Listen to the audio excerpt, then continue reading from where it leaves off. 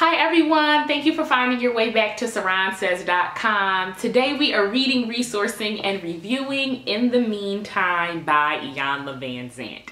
Before we get into this book review, make sure you all like, comment, and subscribe to Sarahn Says. More book reviews, more healing, enlightenment, abundance, and life to you on the way all the time. Sarahn Says.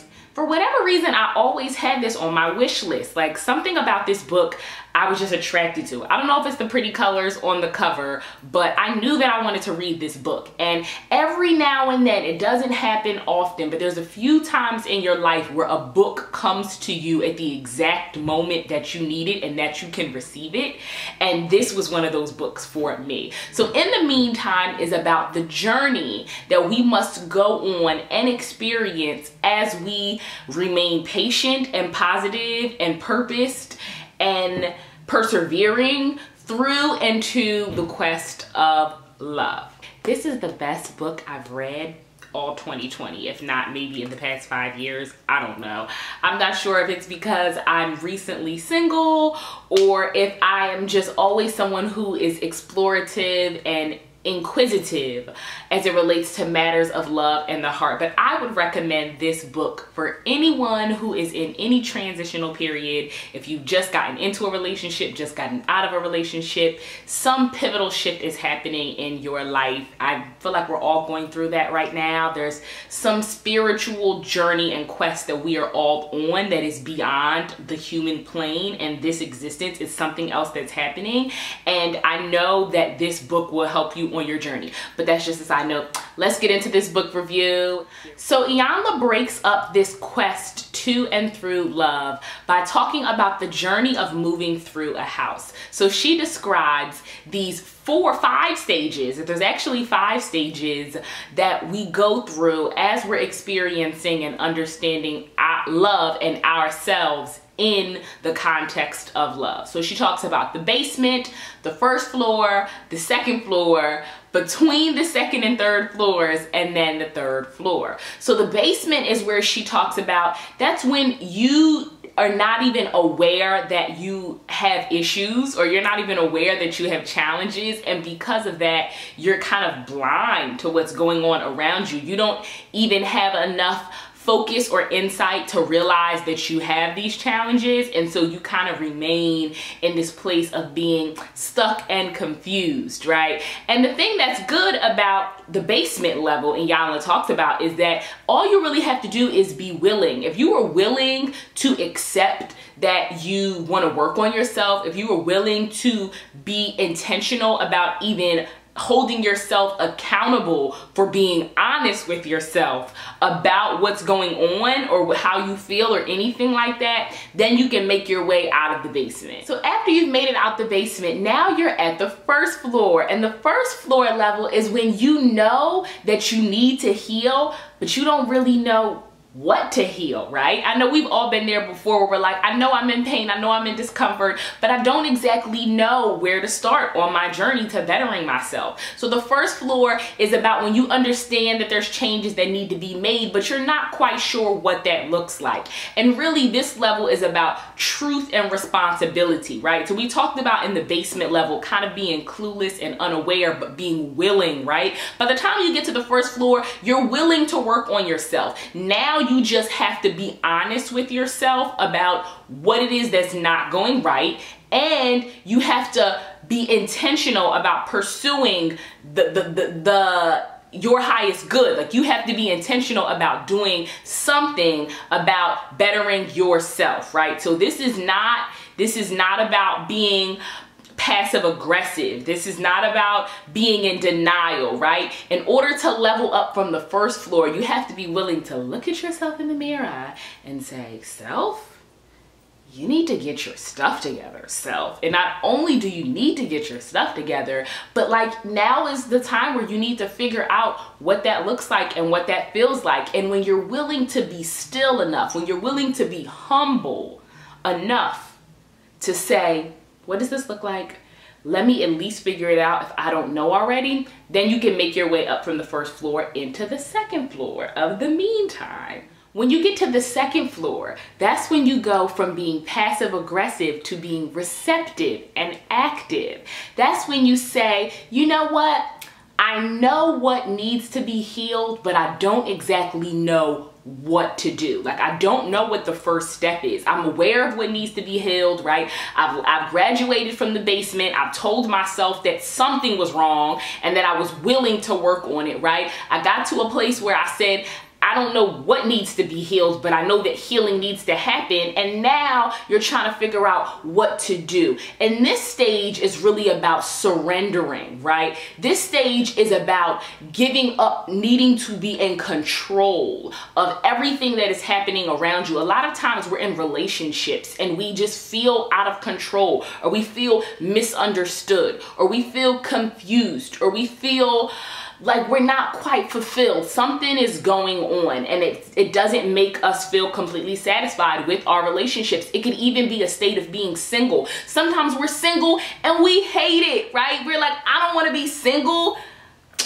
I want to be in a relationship. I want to cuddle. I want something. I want somebody, right? And we're frustrated and we're like looking, and every time we walk into a room, we're like, are you my person? Are you my person? Yeah, that's my person. And it's like the universe is like, no. Simmer down, that's not your person, because you're not ready to receive like what I had prepared for you, right? Like, and the second floor is when you surrender, right? In order to move beyond the second floor, Iyanla talks about, that's when you surrender. That's when you really just like get down to the nitty gritty of the limitations that have been holding you back, that you've placed on yourself as it relates to your ability to just be still and your ability to be patient. That is when you really say, you know what? I give up the fight. I don't want to fight anymore. Fighting hasn't served me. Fighting's not going to serve me. I want to surrender. I want to just receive whatever the universe has for me, and I am just committing to being still. I'm committing to being one. I'm committing to simmering down, you know? And that's when you level up from the second floor. And it doesn't matter what stage of your love life you're in. This could be a challenge in a relationship. This could be a total single status. This could be in between, not really sure, kind of confused, friends with benefits. Maybe that's my baby, maybe it's not. Who knows, right? But when you say, you know what, it's cool, you know, I'm gonna go with the flow. I'm gonna swim downstream. I'm not gonna go against the current. I'm gonna swim downstream, you know? That is when you get to the third floor, which is the real boop, boop, boop, level up. Let's get into the third floor. So the third floor is when you know you still have healing work to do, but you have no anxiety and no like confusion that surrounds it, right? There's no pressure that you're putting on yourself to figure out these matters. You're understanding that it really comes from within. A huge theme of In the Meantime is patience, but other than being patient, I think being purposed. Like when you understand your purpose in something, specifically a relationship in this context, when you understand your purpose in that, and that could be a relationship with a sibling, a parent, a coworker, a boss. When you understand your purpose, when you are purposed in something, you show up differently in it. You show up with intention. You show up with clarity. You know, you show up with confidence. And the third floor is when you remove confusion and you remove anxiety. You remove even like, you know, like shame, right? Like when you can level up from shame and you can say, I don't need to be ashamed. I love who I am. I love what's going on with my life. I'm happy. And even if I don't have all the answers at this very moment, you know, they're coming my way. I feel like things are working out for me. I know that everything is going to happen for my greater good. I purposed, and I have to be patient. That is when you are on the third floor. And the third floor is when love truly exists in abundance. That's when love feels free. That's when the experience of love is really enjoyable. That's when it's exciting. And that's when you learn honesty over everything. I'm honest with others. I'm honest with myself. I never feel the need to not be honest. I never feel the need to put on a facade, because I am so in tune with my purpose in this relationship. I'm so in tune with the patience that I'm willing to exhibit for the betterment of my life. That is when you have made your way through the meantime and you are on your way in between somebody's arms, because you are not alone. And even if you are, you're like, I'm in the arms of God, okay? Like, I'm good. I'm happy, right? I'm okay. When you're okay and you're not just okay, but you're alive. You're alive and you're excited. You made it to the attic. That's what she said. She talked about the attic. It's real deep, y'all. It's real deep. Got to get into this book. In the meantime, Iyanla Vanzant, I'm telling you all, life-changing. I really wanted to read you all one of my favorite passages from In the Meantime, just so you can kind of get a sense of Iyanla's writing style and a little bit more of how you could connect with the text. Patient preparation for loving and being loved unconditionally does not mean you must sit around waiting and twiddling your thumbs. It means that even while you are in the meantime waiting for the divine experience, you can and will have meantime experiences, meantime relationships that are valuable and meaningful. Never believe that what you do in the meantime, even when it means you have short-lived relationships, is a useless waste of time. Every relationship is the relationship you need at that time. Everything you do in every relationship you have prepares and brings you closer to the grand experience of total unconditional self-love and love for others. Many meantime experiences and relationships are designed to do just that, to bring you closer, not to take you all the way. Your job is to avoid the temptation and the trap of thinking that every relationship has to be the relationship that lasts forever and ever. Amen. A word, Iyanla. All in all, I really like Iyanla Vanzant's writing style. She incorporates a lot of short stories and experiences, personal experiences from people that she's worked with or people that she knows in the book to kind of give the context to the book. So I really like that about her writing style. She is also just deep. Like, I be like, preach, Miss Vanzant, like, preach.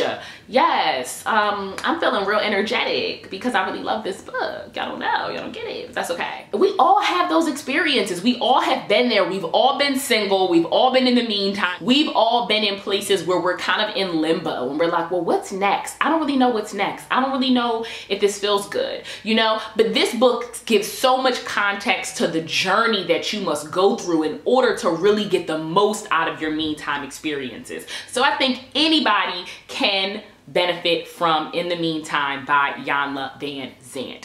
Thank you all so much for tuning into this book review. I hope you have a wonderful, wonderful day, a blessed month, summer, it's hot. God is good. Saran says.